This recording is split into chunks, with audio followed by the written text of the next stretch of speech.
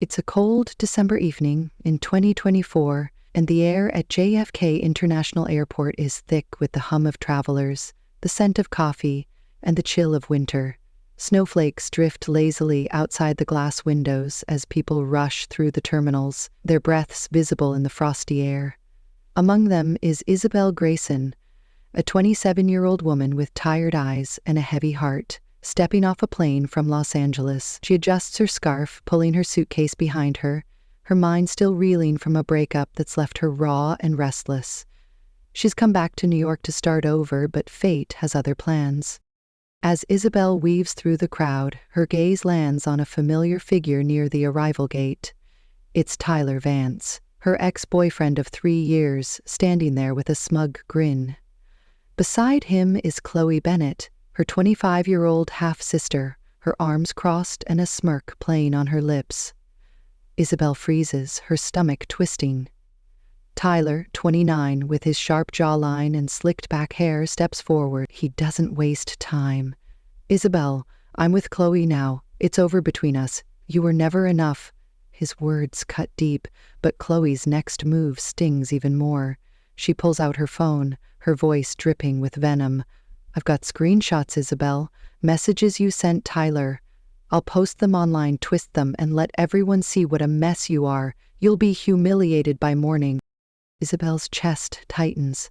She can already imagine the flood of comments, the judgment from strangers, the ruin of her quiet life. Panic surges through her as she stammers, "You wouldn't dare." Chloe laughs, a cold, sharp sound. "Try me." Before Isabel can respond, she bumps into someone behind her, nearly dropping her suitcase. She turns to apologize and finds herself staring into the calm, steady eyes of Lucas Harrington, a 30-year-old man in a simple coat, his presence solid and unassuming. He's been watching the scene unfold, waiting for a delayed flight, his hands tucked into his pockets. Lucas doesn't hesitate. He steps forward, placing a hand on Isabel's shoulder, and says to Tyler and Chloe, "Is there a problem here? I've been waiting for Isabel. We've got plans." His voice is firm, authoritative, and it throws Tyler off balance. Chloe narrows her eyes, sizing him up. "Who are you?" she snaps. Lucas doesn't flinch. "Someone who doesn't like seeing people ganged up on. Back off." Tyler scoffs, but there's a flicker of doubt in his expression. He mutters something under his breath, grabs Chloe's arm, and they stalk away, her heels clicking against the tile floor. Isabel exhales, her hands trembling. She turns to Lucas, her voice shaky. "Thank you. You didn't have to do that." Lucas shrugs, a faint smile tugging at his lips. "Looked like you needed a hand. I'm Lucas Harrington, by the way." She nods, still processing. "Isabel Grayson, I owe you one." But her relief is short-lived. The threat of Chloe's social media attack looms over her like a storm cloud. She knows her half-sister won't stop, and the thought of her reputation crumbling pushes her to a reckless edge. She looks at Lucas, a stranger who's just stepped into her chaos, and an idea sparks. "Lucas," she says, her voice low but determined, "this might sound insane, but will you marry me? Right now. Not for real, just on paper. If I'm married, Chloe's rumors won't stick as easily. It'll buy me time to figure this out." Lucas raises an eyebrow, studying her. He's just retired from the military, a man used to quick decisions under pressure, and his own family has been hounding him to settle down. He sees the desperation in her eyes, the fire beneath it, and something about her pulls at him. After a long pause, he says, "Okay, but if we do this, we can call it off whenever we want. Deal?" Isabel nods, relief washing over her. "Deal." They don't waste time. The city clerk's office in Lower Manhattan is a short cab ride away, still open for late registrations. The streets outside are lined with twinkling holiday lights, a stark contrast to the whirlwind in Isabel's mind. Inside, the fluorescent lights buzz as they fill out forms, their hands brushing as they sign their names. The clerk, a tired woman with glasses, barely looks up as she stamps their marriage certificate. "Congratulations," she mutters, sliding it across the counter. Isabel stares at the paper, her name now tied to Lucas Harrington's, a man she met less than an hour ago. They step back into the cold night, the certificate tucked into Isabel's bag. She looks at Lucas, her breath visible in the air. "What now?" she asks. He shrugs again, that same faint smile returning. "We figure it out. You're safe for tonight, at least." Isabel nods, her heart still racing. She's just married a stranger to dodge a scandal, and the weight of it hasn't fully hit her. Lucas feels an unexpected pull toward this woman who's stumbled into his life, her courage quietly striking a chord. As they part ways, agreeing to meet tomorrow to sort out their next steps, the snow falls heavier, blanketing the city in silence. Isabel heads to her Brooklyn apartment, her mind a tangle of fear and gratitude. She unlocks her door, steps inside, and sets her suitcase down, the marriage certificate burning a hole in her bag. Across town, Lucas walks toward a hotel, his thoughts lingering on Isabel.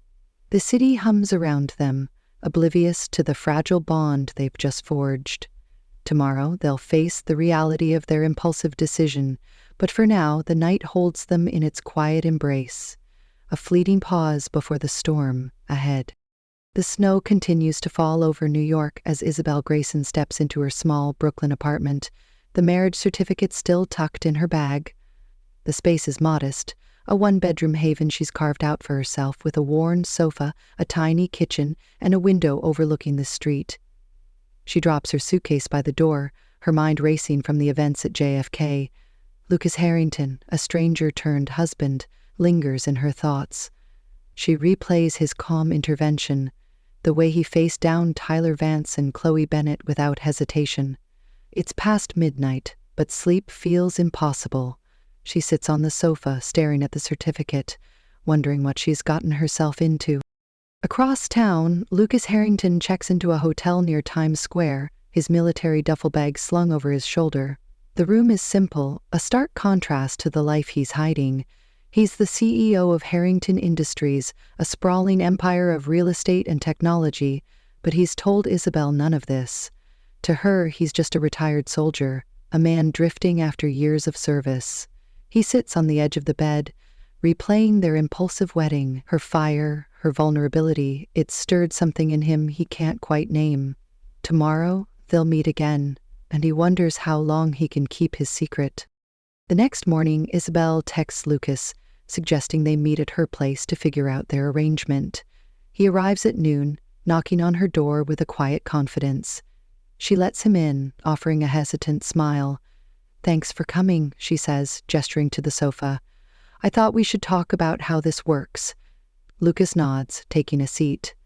"Makes sense. We're married now, at least on paper. What do you need from me?" Isabel paces, her hands fidgeting. "I need Chloe to back off. If she thinks I've moved on, she might drop the rumors. Maybe you could stay here for a while, just to sell it." Lucas considers this, then agrees. "I can do that. I don't have a place lined up yet, anyway." And so Lucas moves in, his few belongings fitting easily into a corner of her living room. The first few days are awkward, a dance of strangers sharing space. Isabel works remotely as a graphic designer, her laptop humming on the kitchen table, while Lucas spends hours on his phone, claiming he's job hunting. But he's quick to help, fixing a leaky faucet, picking up groceries, cooking dinner. One evening, he makes pasta from scratch, the smell filling the apartment. Isabel watches, surprised. "Where'd you learn that?" she asks. Lucas grins. "Military bases get boring. You pick up skills." She laughs, the sound rare and unguarded, and for a moment, the tension between them softens. Over dinner, Isabel opens up. She tells him about her past, her voice steady but laced with pain. "My mom died when I was 15, cancer. Robert Grayson, my dad, remarried 6 months later to Vanessa Pierce. Chloe's her daughter from before. I never fit in after that. Moved out at 18 and haven't looked back." Lucas listens, his fork paused midair. "That's rough," he says simply. "Sounds like you've been on your own a long time." Isabel nods, staring at her plate. "Pretty much. What about you?" Lucas hesitates, then offers a half-truth. "Military life. Parents passed years ago, no siblings. Just me now." It's enough to satisfy her, but he feels the weight of what he's not saying. Their fragile bond grows through these small moments. One night, Isabel pulls out a bottle of wine, a leftover from a client gift. They sit on the sofa, glasses in hand, the city lights flickering outside. The alcohol loosens her tongue and she admits, "I don't know why you said yes to this. You don't even know me." Lucas takes a sip, his eyes meeting hers. "You looked like someone worth helping. That's enough for now." The air shifts, charged with an unspoken pull. She leans closer, her hand brushing his, and for a heartbeat it seems they might cross a line, but Lucas pulls back, standing abruptly. "I'll take the couch," he says, his voice rough. He grabs a blanket and settles in, leaving Isabel staring after him, her heart pounding. The next day, trouble finds them. Isabel's phone buzzes with a message from Chloe, a screenshot of an old text to Tyler with a taunting caption. Pathetic, right? She's still obsessed? Isabel's face pales as she shows it to Lucas. She's posting this stuff online. It's starting. Before she can spiral, they hear a knock. Isabel opens the door to find Chloe standing there, smirking, her phone still in hand. "Thought I'd drop by, see how the loser's doing," Chloe says, peering inside. She spots Lucas and laughs. "Who's this? Your rebound? He looks broke." Isabel clenches her fists, but Lucas steps forward, calm and unshaken. "Lucas Harrington," he says, his tone cool. "Her husband, actually, and you're interrupting our day." Chloe's smirk falters, her eyes darting between them. "Husband, you're lying." Lucas pulls a small box from his pocket, something he'd picked up that morning, and hands it to Isabel. "Open it," he says. Inside is a sleek silver bracelet, elegant and expensive, stamped with the Harrington Industries logo. Though Isabel doesn't know that yet, she slips it on, stunned, and Lucas turns to Chloe. "Believe it now, maybe you should leave." Chloe's face twists with envy, her plan unraveling. "This isn't over," she snaps, storming off, her parting shot echoing in the hall. Isabel stares at the bracelet, then at Lucas. "Where'd you get this? It looks expensive." He shrugs, dodging the truth. "Had it lying around, thought it'd shut her up." She doesn't press, but gratitude flickers in her eyes. "Thanks. Again." They sit back down, the wine forgotten, the bracelet glinting on her wrist. Isabel feels a warmth she hasn't in years, a sense that maybe she's not as alone as she thought. Lucas watches her, his secret pressing harder against his chest. He's not just a soldier, not just a drifter, and every day with her makes it tougher to hide. Outside, the snow piles up, softening the edges of Brooklyn's streets. Isabel locks the door, her mind settling into an uneasy calm. Chloe's threat still lingers, but Lucas's presence feels like a shield. She glances at him, sprawled on the sofa, already half asleep, and wonders what he's running from. Lucas cracks an eye open, catching her look, and offers a small nod. Tomorrow they'll face more questions, more challenges, but tonight the apartment holds a quiet truce. The city hums beyond the walls, a backdrop to their tentative alliance, as two strangers begin to build something neither expected. The Brooklyn apartment feels smaller as the days stretch into a week, the snow outside piling up against the windows. Isabel Grayson adjusts to Lucas Harrington's presence, his quiet habits weaving into her routine. He's up early, brewing coffee before she stirs, and spends evenings tinkering with a broken lamp or cooking meals that fill the space with warmth. Isabel finds herself softening, her guard lowering with each shared dinner. The bracelet he gave her sits on her wrist, a constant reminder of his stand against Chloe Bennett. She hasn't heard from her half-sister since that confrontation, but the silence feels more like a brewing storm than peace. Lucas, meanwhile, balances two lives. By day, he's the ex-soldier Isabel knows, deflecting questions about his past with vague answers. By night, he slips out to a hotel payphone, managing Harrington Industries from afar. He tells his assistant Owen Caldwell to keep his absence from the company discreet. "I need time," he says, his voice low. "No one knows I'm here." Owen warns him about boardroom whispers, but Lucas brushes it off. He's drawn to Isabel, her resilience, pulling him in deeper, and he's not ready to shatter the fragile world they're building. One evening, Lucas suggests they get out. "You've been cooped up too long," he says, handing her a coat. Isabel hesitates, then agrees. He takes her to a charity gala in Manhattan, claiming he got free tickets from a friend. The venue is a gleaming skyscraper, all glass and gold, buzzing with New York's elite. Isabel feels out of place in her simple black dress. But Lucas moves with ease, nodding to a few faces. She doesn't notice the way people defer to him, the subtle glances of recognition. They mingle, sipping champagne, until a man in a tailored suit approaches. "Mr. Harrington," he says, extending a hand. "Good to see you back." Isabel freezes, her glass halfway to her lips. Lucas recovers quickly, shaking the man's hand. "Good to see you too. This is Isabel Grayson, my wife." The word slips out naturally, and Isabel's eyes widen. The man nods, unfazed, and moves on. Isabel turns to Lucas, her voice sharp. "What was that? He called you Mr. Harrington, like it means something." Lucas sighs, setting his glass down. "We should talk, somewhere private." He leads her to a quiet balcony, the city sprawling below, lights twinkling against the night. "I'm not just a soldier," he admits. "I run Harrington Industries. Real estate, tech, a few other things. That's who I am."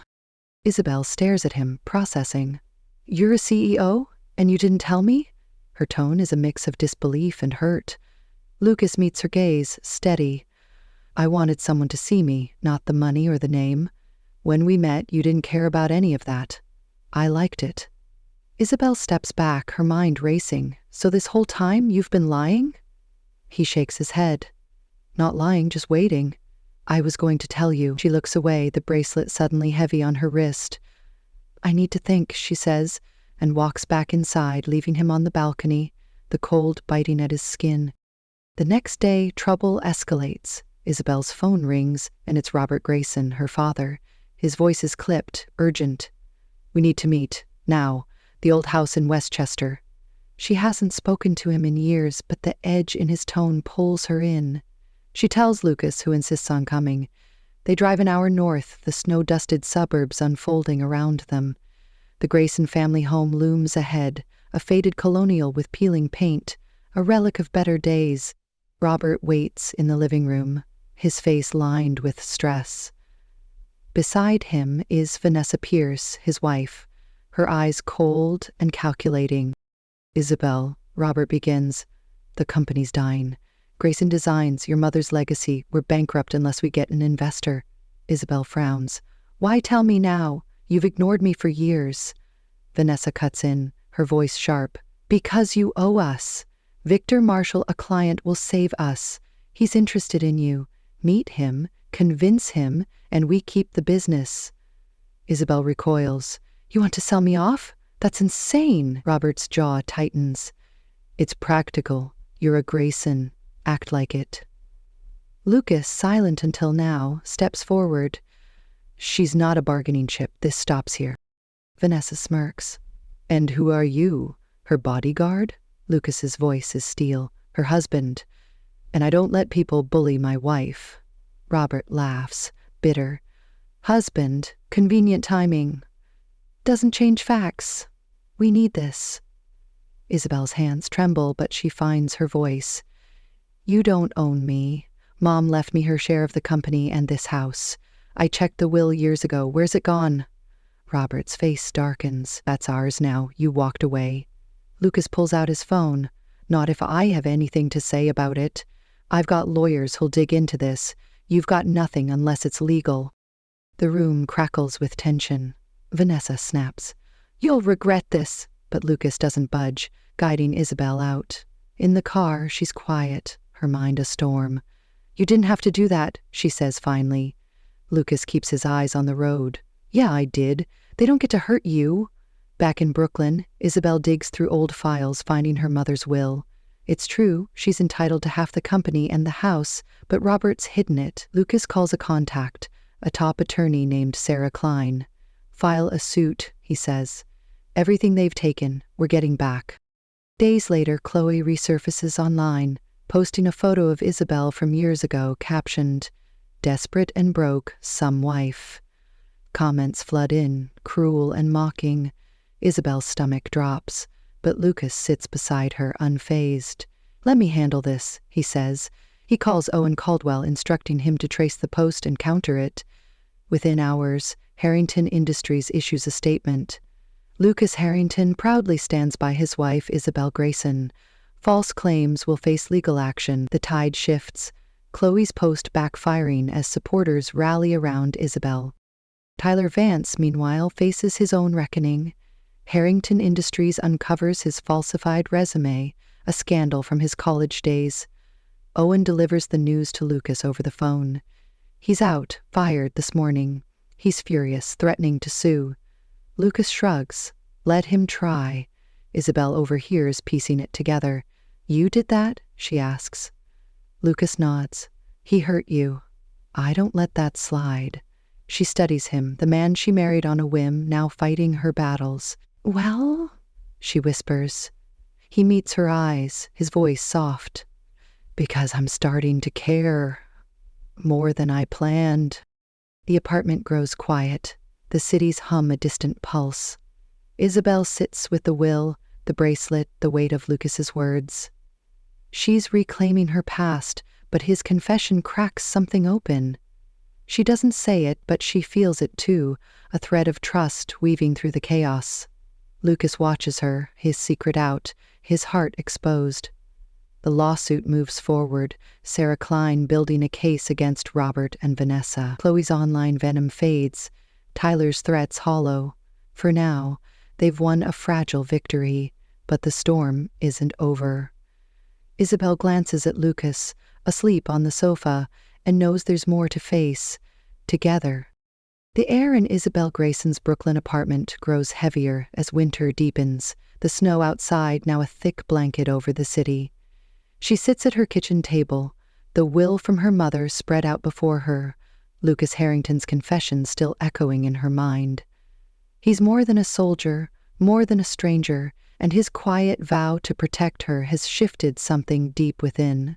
Lucas sleeps on the sofa, his breathing steady, unaware of the storm brewing beyond their fragile sanctuary. Isabel traces the bracelet on her wrist, a gift from a man she's only beginning to understand, and feels a flicker of hope amid the chaos of her life.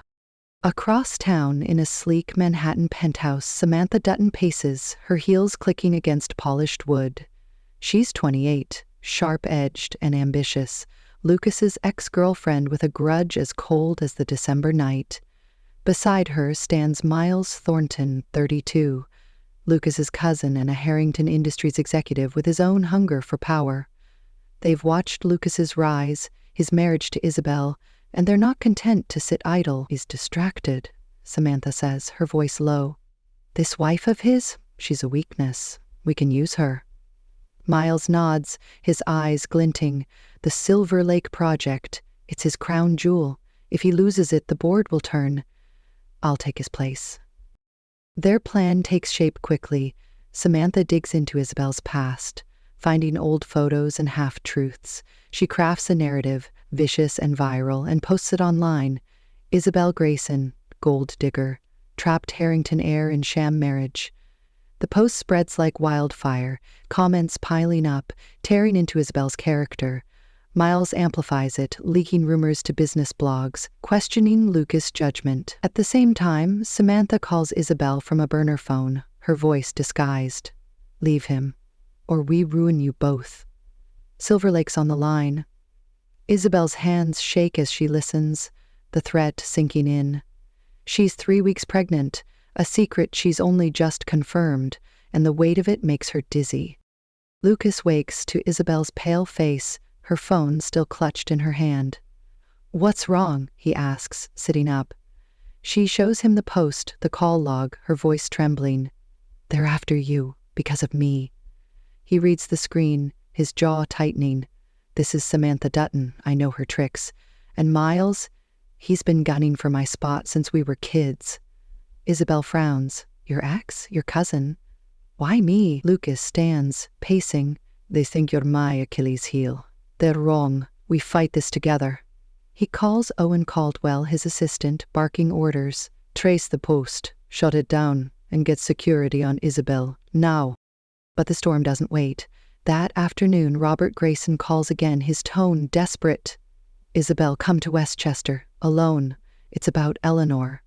Isabel's heart lurches. Eleanor Grayson, her 78-year-old grandmother, the only family who ever loved her.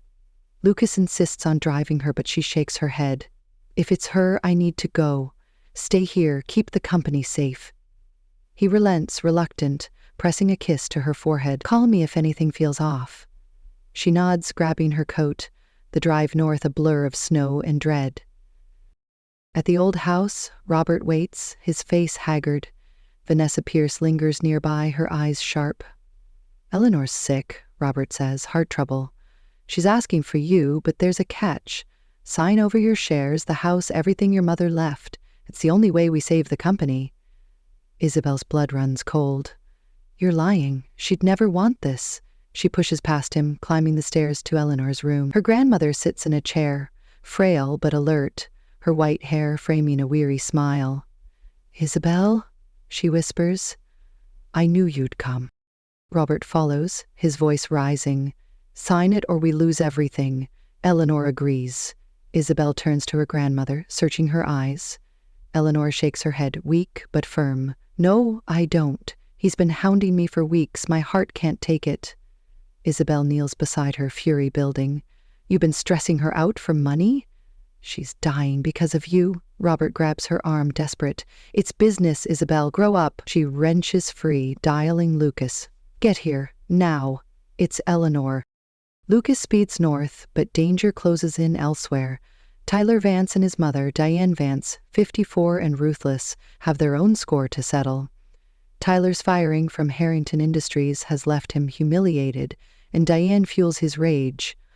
Lucas did this, she hisses, handing him keys to a truck. End him. That night, on a snowy highway outside Westchester, Tyler spots Lucas's car. He accelerates, ramming the side, sending Lucas spinning into a ditch.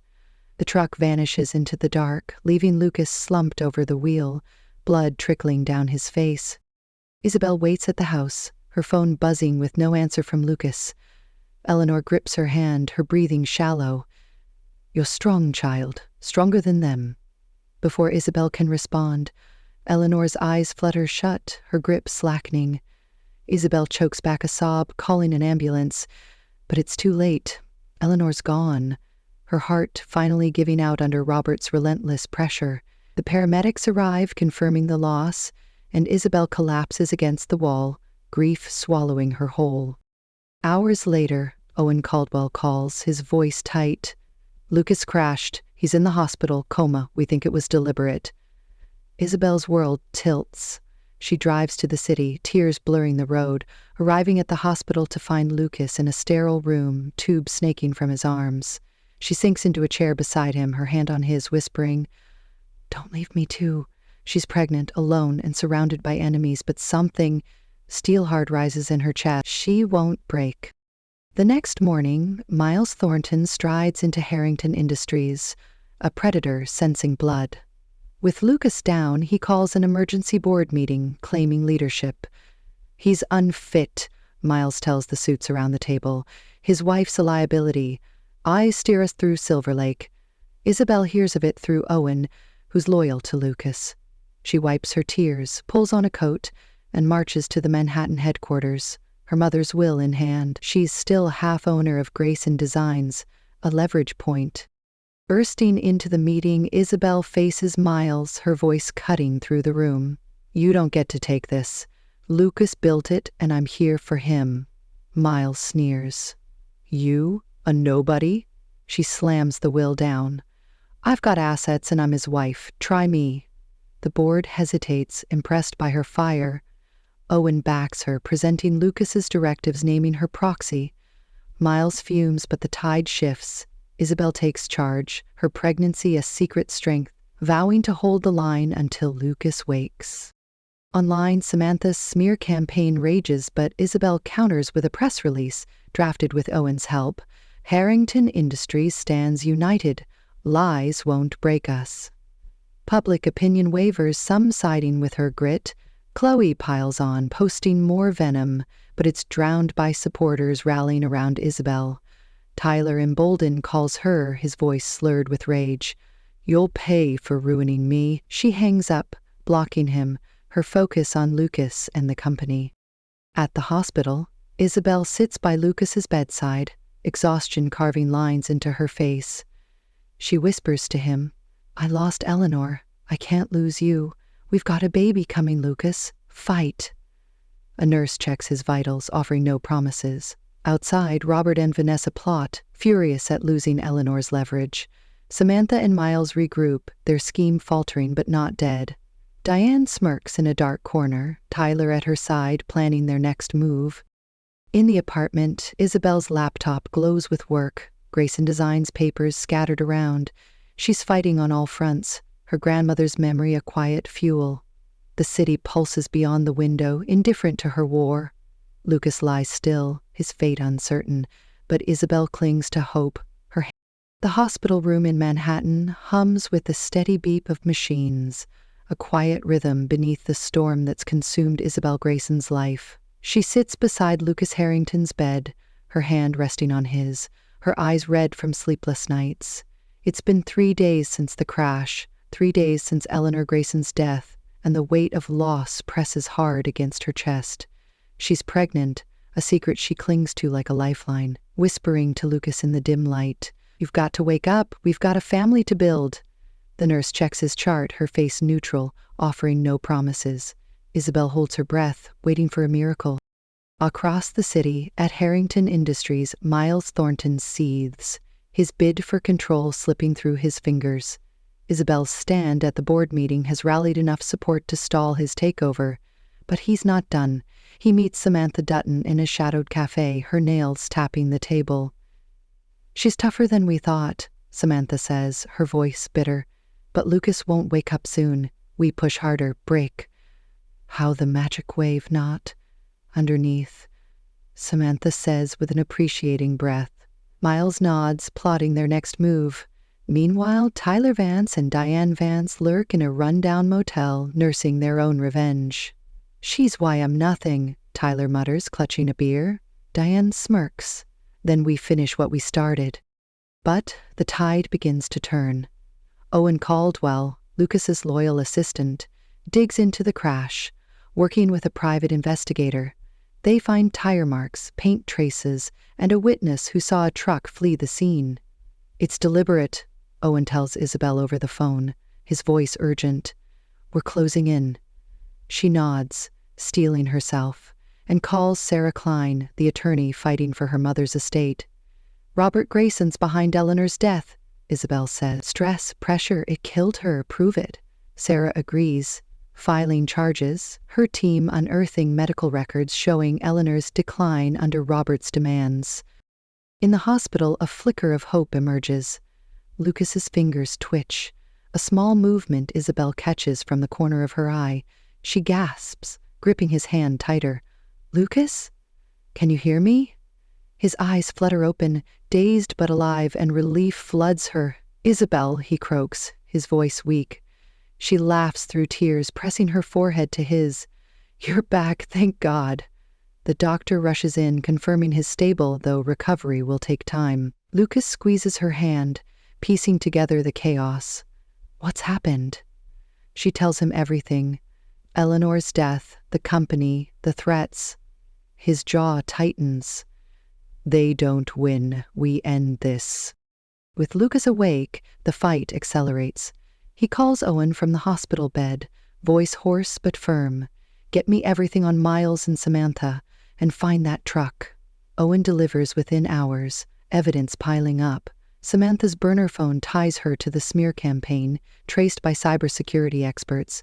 Miles's emails reveal he leaked Silver Lake project details to rivals, sabotaging Lucas. The crash links to Tyler, security footage catching his truck near the highway. Diane's bank records show payments to a mechanic for quick repairs. Lucas hands it all to the police, his eyes blazing. "Arrest them, all of them." Justice moves swiftly.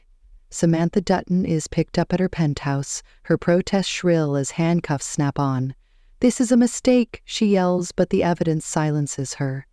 Miles Thornton is detained at Harrington Industries, his office raided, his smug grin gone. Isabel stands in the old Westchester house one last time, the walls echoing with Eleanor's memory. She decides to sell it, along with Grayson Designs, the company her mother built. The sale fetches millions and she funnels it into a foundation, the Eleanor Grayson Fund, to support orphan children. "It's what she'd want," Isabel tells Lucas, her voice steady. He nods, still weak but upright, leaning on a cane. "You're honoring her." That's enough. They leave the house behind, the past settling into a quiet goodbye. Spring arrives, melting the snow, and with it comes renewal. Lucas recovers fully, reclaiming his role at Harrington Industries. He calls a board meeting, Isabel at his side, and lays out the truth. "Miles betrayed us, Samantha too, but we're stronger now. Silver Lake's back on track." The board applauds, Miles's allies slinking away, the company united. Online, Chloe Bennett's final post flops, her credibility shot, drowned by a wave of support for Isabel. Tyler's threats fade into prison walls, Diane beside him, their vengeance buried. In a small church on the outskirts of New York, Isabel and Lucas stand before a handful of guests. She's in a simple white dress, her belly just beginning to show, his hand steady in hers.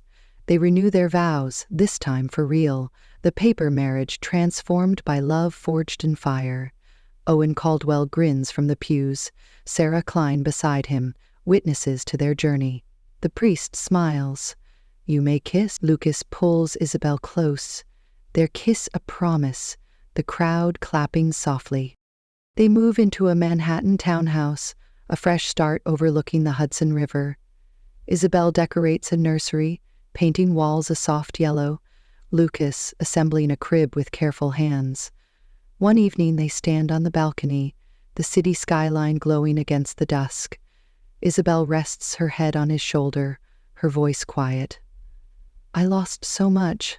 Eleanor, my mom, years I can't get back, but you're my light through it all." Lucas turns to her, his eyes warm. "And you're mine. We've got a future now, Isabel. You, me, this little one." He touches her stomach, a smile breaking through. The nursery waits, a rocking chair by the window, a mobile spinning stars above the crib. Isabel frames a photo of Eleanor, placing it on the shelf, her grandmother's gentle face watching over them. The Eleanor Grayson Fund launches, its first grant helping a shelter in Brooklyn, a legacy of care. Lucas oversees Silver Lake, the project thriving, a testament to their resilience. The city moves on, its rhythm unbroken, but within their home time slows, wrapping them in peace. Isabel thinks back to that night at JFK, the panic, the stranger who became her anchor. She'd married Lucas to escape a lie, but found a truth deeper than she'd imagined. He'd hidden his world, fearing it would define him, only to discover she saw him anyway. They've faced betrayal, loss, and schemes, but emerged whole, their bond unshakable. The baby kicks, a tiny pulse of life, and Isabel smiles, Lucas's arm around her. The townhouse glows with evening light, the river reflecting a golden sheen. Isabel leans into Lucas, her hand in his, the bracelet still on her wrist, a symbol of their beginning. "We made it," she says, her voice soft. He nods, kissing her temple. "We did, and we're just getting started." The night settles, calm and sure, their love a quiet triumph over the shadows. The city hums below, a distant song, as they step inside, closing the door on the past, ready for whatever lies ahead.